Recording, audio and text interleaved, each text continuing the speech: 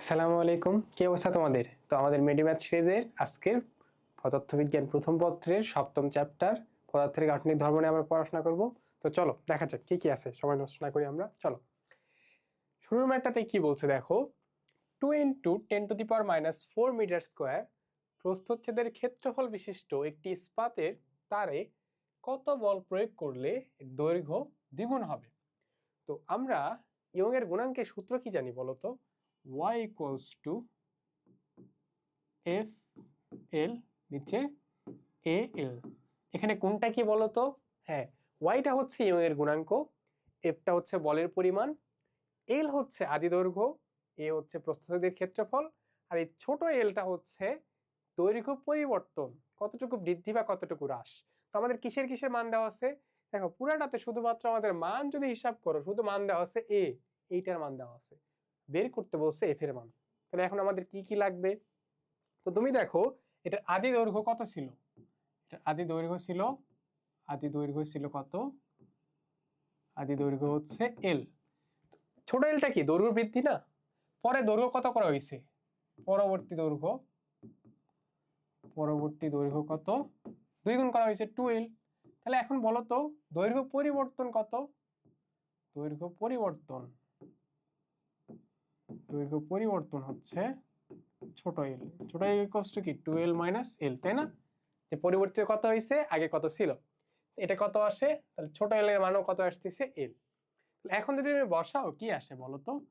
F L এ, ছোট এল এর মান এল, তাহলে এটা কেটে যাচ্ছে, জাস্ট থাকতেছে আমার কত? y f/a। এখন এফ এর মান যদি আমি বের করতে চাই, এফ আসতেছে কত? a × y। তো এই জায়গায় তো এর মান আমার দেওয়া আছে 2 × 10⁻⁴, বাট y এর মান কি দেওয়া আছে? দেওয়া নাই। তো তোমাদের যে একটু কষ্ট করতে হবে সেটা হচ্ছে ইস্পাতের জন্য y এর মানটা তোমাদের একটু মনে রাখতে হবে, কারণ তোমরা দেখছো যে এখান থেকে যদি ম্যাথ আসে বেশিরভাগ সময় দেখা যায় ইস্পাত থেকেই আসে, তাই না? তো ইস্পাতের জন্য y এর মান কত? ইস্পাতের জন্য y এর মান হচ্ছে 2 × 10⁻11। একক আমি লিখলাম না, কেন লিখলাম না? কারণ তোমরা মেডিকেলের প্রিপারেশন নিচ্ছ, এতদিনে তোমাদের একক নিয়ে আর কোনো কনফিউশন থাকার কথা না, তাই না? এটার একক তোমরা নিজেরা কমেন্ট বক্সে লিখবা, ঠিক আছে? চলো দেখা যাক, মান বসাই। 2 × 10⁻11, ঠিক আছে? তাহলে আমাদের বলের মান কত আসবে? এই 2 আর 2 গুণ করলে কত হয়? 4 ইন্টু, এখানেই প্রশ্ন 10⁻⁻⁴ আর 10⁻11 যদি একই সংখ্যা এরকম গুণ আকারে থাকে তাহলে পাওয়ার গুলা কি হয়ে যায়? যোগ হয়ে যায় না? তাহলে -4 আর 11 দুইটা যোগ করে দাও তো কত হয়? -4 আর 11 যোগ করলে কত হয়? হ্যাঁ, মেইনলি এখানে কি 11 থেকে 4 গেলে কত থাকে? হচ্ছে 7, তাহলে 10⁻7 নিউটন। বোঝা গেছে? একদমই সহজ একটা ম্যাথ ছিল। চলো দেখি সামনের দিকে যাই আমরা, আর কি আছে। একটি তারের উপাদানে ইয়ং এর গুণাঙ্ক 2 × 10⁻11 নিউটন পার মিটার স্কয়ার। তারটির দৈর্ঘ্য 15% বৃদ্ধি করতে প্রযুক্ত পীড়ন নির্ণয় করো। তো আমি যে সূত্রটা লিখছিলাম, এই সূত্রটা আসলে আসছিল কই থেকে বলো তো? উপরে হচ্ছে পীড়ন, ইয়ং এর গুণাঙ্ক মানে কি? উপরে পীড়ন নিচে বিকৃতি, তাই না? উপরে পীড়ন নিচে বিকৃতি।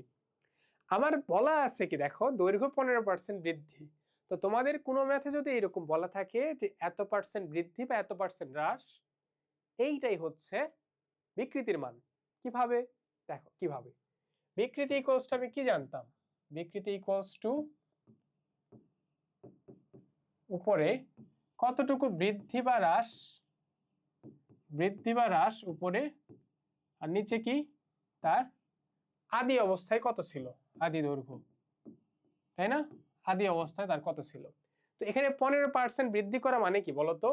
যে পার্সেন্টেজ মানে কি 100তে হিসাব না, তার হয়তো আগে ছিল 100, পরে তার 15 বৃদ্ধি করে হয়েছে কত? 115। তাহলে বৃদ্ধি কতটুকু? তার হচ্ছে 15। তাহলে এটা কত লিখতে পারবো আমি? 0.15। এইটাই দেখানোর জন্যই করলাম।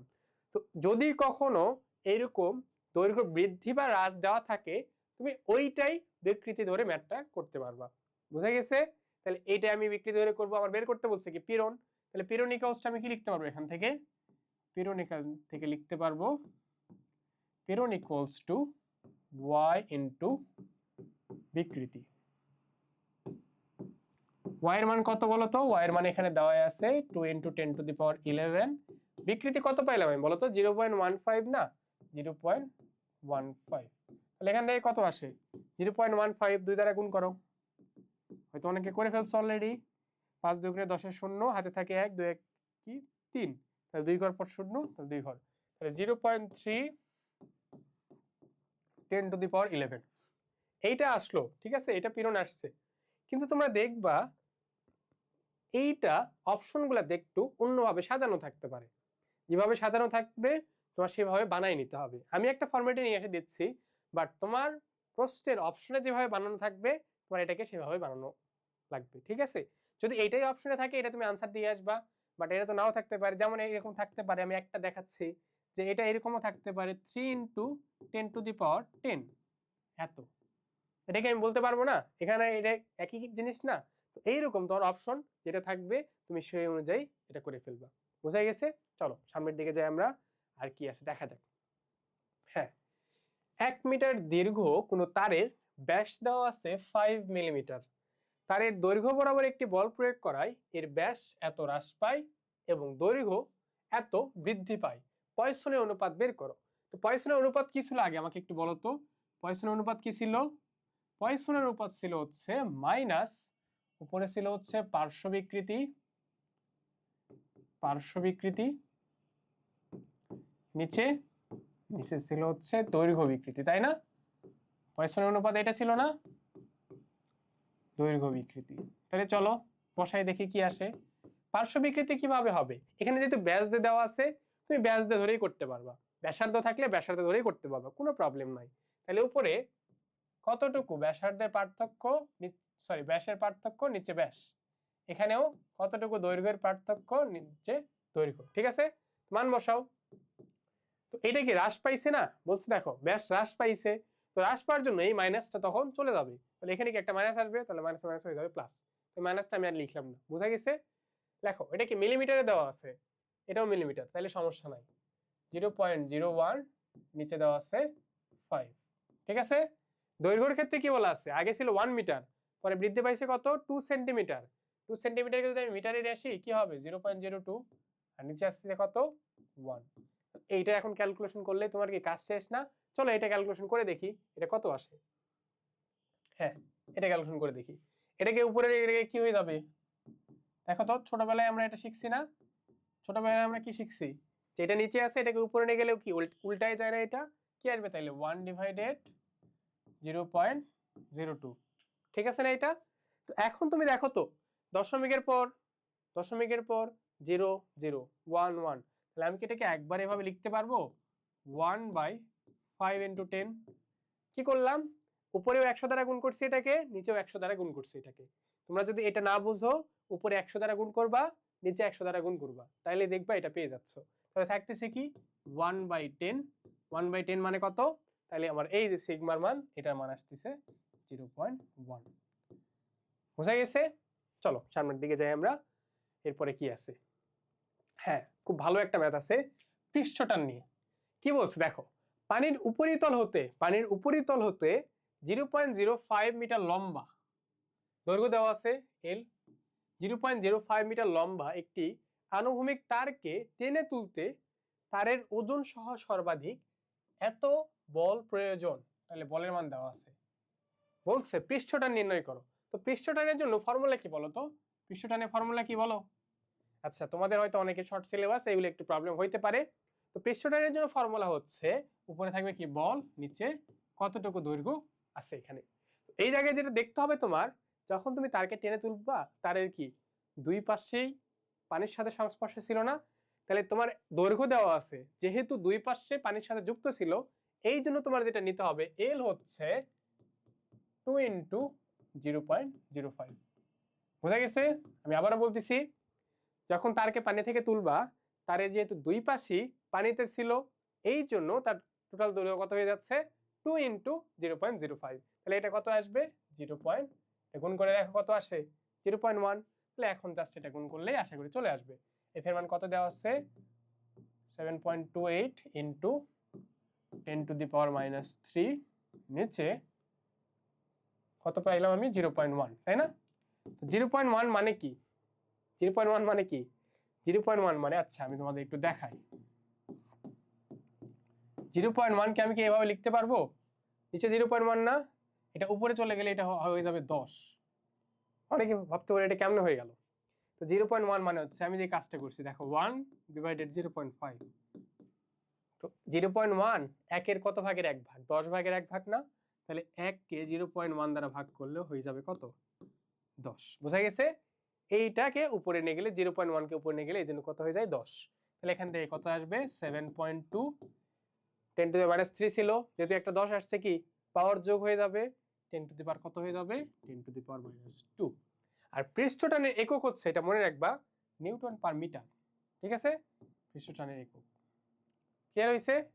চলো দেখা যাক আর কি আছে আমাদের। হ্যাঁ, সান্দ্রতা জনিত বল নির্ণয় করতে বলছে। তো এইগুলা তোমাদের শর্ট সিলেবাসের বাইরে, তো তাও আমি জাস্ট এখানে দুইটা অ্যাড করছি তোমাদের দেখানোর জন্য। কি বলছে দেখো তো, সয়াবিন তেলের সান্দ্রতার গুণাঙ্ক হচ্ছে 5.2 ইন্টু 10⁻²।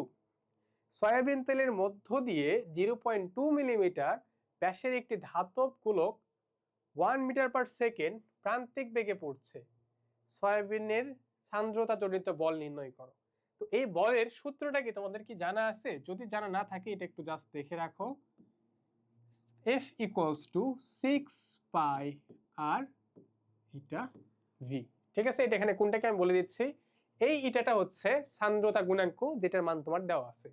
আরটা হচ্ছে ব্যাসার্ধ, তোমার দেওয়া আছে ব্যাস, জাস্ট এখানে ব্যাসার্ধ করতে হবে। আর আরেকটা দরকার কি আমাদের? ভি দরকার না? এই যে দেখো দেওয়া আছে যে ধাতব গোলক 1 মিটার পার সেকেন্ড প্রান্তিক বেগে পড়ছে। ঠিক আছে? সব মান আমাদের দেওয়া আছে, জাস্ট এখানে বসাইলেই তোমরা পেয়ে যাবা। তোমাদের এটা দেখানোর জন্যই আমি এটা নিছি, আর কিছুই না। তো এখানে বসায় দেখো কত আসে।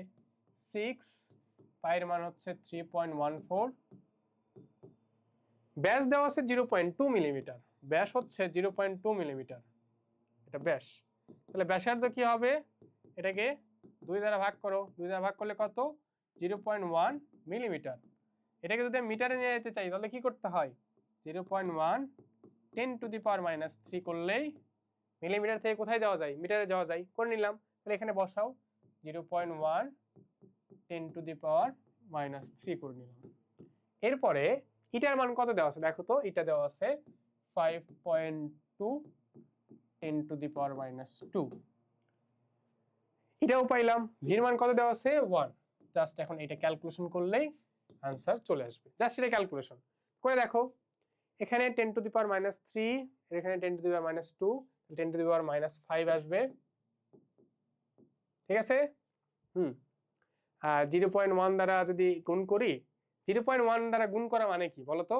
10 দ্বারা কি ভাগ করা না? একটু আগে তোমাদের দেখাইছিলাম 0.1 দ্বারা ভাগ করা মানে 10 দ্বারা গুণ করা, আর 0.1 দ্বারা গুণ করা মানে 10 দ্বারা ভাগ করা। তাহলে 10 দ্বারা আরো একটা ভাগ করলে এখানে কত আসবে?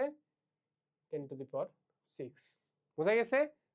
0.1 মানে তোমরা মনে রাখবা 0.1 মানে হচ্ছে 10⁻⁻1। ঠিক আছে? কোথাও 0.1 এ ঝামেলা হইলে ওই 0.1 কে তুমি কি লিখতে পারবা? 10⁻⁻1। তো এখানে মনে করো 10⁻1, 10⁻1, 10⁻3, 10⁻3। তাহলে 10 কত? -1 2 3 তিনটা যোগ করলে -6 চলে আসে। এখন জাস্ট তোমার গুণ করতে হবে এই দুইটা সাথে হচ্ছে এইটা, এই তিনটা যদি গুণ করো তাহলে তোমার आंसर চলে আসবে। তো চলো দেখি, গুণ করে দেখি কত আসে। প্রথমে 6 এর সাথে 5.2 গুণ করো। এটা গুণ করা ইজি তো? গুণ করো। কত আসে? 6 × 2 = 12, 2 হাতে থাকে 1, 5 6 30, আর আগে হাতে ছিল 1 31। তাহলে 31.2 আসে, তাই না? এই যে দশমিক, একটার পর দশমিক আছে, তাহলে একটার পর দশমিক দিয়ে দিলাম। 31.2 এর সাথে এখন এই 31.2 এর সাথে 3.14 এটা গুণ করো। তো আমি আর গুণ করে দিচ্ছি না, এই যে গুণটা আসবে সেটা এখানে বসাইলেই তোমার आंसर চলে আসবে। বুঝা গেছে? জাস্ট এখানে একটু বড় ক্যালকুলেশন আছে, এই জন্য এই ম্যাথটা নিয়েছিলাম। এটা তোমাদের নিজেদের কাজ। এরপরে দেখো কি আছে। 1 মিটার দৈর্ঘ্য এবং 1 মিলিমিটার স্কয়ার প্রস্থচ্ছেদের ক্ষেত্রফল বিশিষ্ট একটি ইস্পাতের তারের দৈর্ঘ্য 10% বৃদ্ধি করতে প্রযুক্ত বলের পরিমাণ কত? এই ম্যাথটা আমি করাবো না তোমাদের। কেন করাবো? কারণ এটা তো তোমাদের একটু আগে করাই দিছি যে 10% এর জায়গায় জাস্ট ছিল এখানে কত? 15%। তোমার কি এইটা বিকৃতির মান দেওয়া আছে না? আর এখান থেকে তোমার দেখো দৈর্ঘ্য প্রস্থচ্ছেদের ক্ষেত্রফলও দেওয়া আছে, জাস্ট তুমি এখান থেকে কি করবা, এফ এর মানটা বের করবা। আর ইস্পাতের জন্য এখানেও দেওয়া নাই, ইস্পাতের জন্য আমি আগেই লিখে দিছি, এটা গুণাঙ্ক ইয়ং এর গুণাঙ্কের মান কত, 2 × 10⁻11। তো এইটা করে তোমরা আমাকে কমেন্টে জানাবা, ঠিক আছে? কমেন্টে কষ্ট করে এটার একটু আনসারটা বলবো, ঠিক আছে? তো এই ছিল আমাদের পদার্থের গাঠনিক ধর্ম, মোটামুটি এগুটুকু করলেই তোমাদের শেষ হয়ে যাবে। ঠিক আছে, ভালো থাকো, আল্লাহ হাফেজ।